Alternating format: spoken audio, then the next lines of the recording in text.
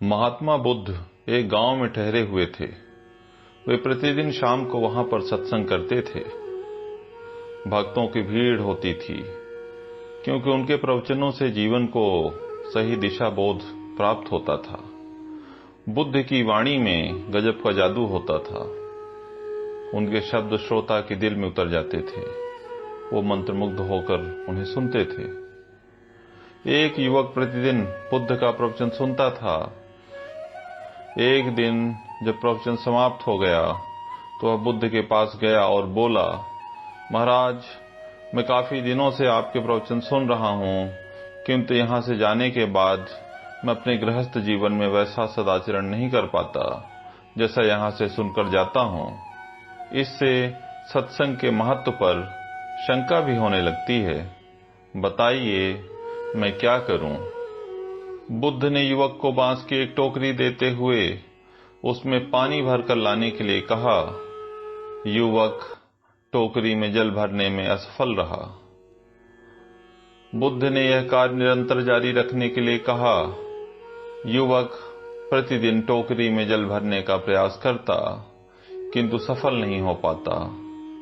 कुछ दिनों बाद बुद्ध ने उससे पूछा, इतने दिनों से टोकरी में लगातार जल डालने से क्या टोकरी में कोई फर्क नजर आया? युवक बोला, एक फर्क जरूर नजर आया है। इसके छेद पहले जितने बड़े नहीं रह गए, वे बहुत छोटे हो गए हैं।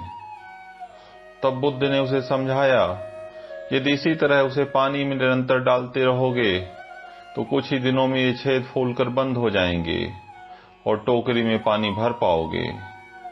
इसी प्रकार जो निरंतर सत्संग करते हैं उनका मन एक दिन अवश्य निर्मल हो जाता है। अवगुणों के छिद्र भरने लगते हैं और गुणों का जल भरने लगता है। युवक ने बुद्ध से अपनी समस्या का समाधान पा लिया। निरंतर सत्संग से दुर्जन भी सज्जन हो जाते हैं, क्योंकि महापुरुषों की पवित्र वाणी उनके मानसिक विकारों को दूर कर उनमें सद्विचारों का आलोक प्रसारित कर देती है। सच ही है दोस्तों, सत्संग का प्रकाश एक अग्नि है जो जिसमें उतरती है उसके संपूर्ण जीवन को प्रकाशित कर देती है, सुगंधित कर देती है। धन्यवाद दोस्तों।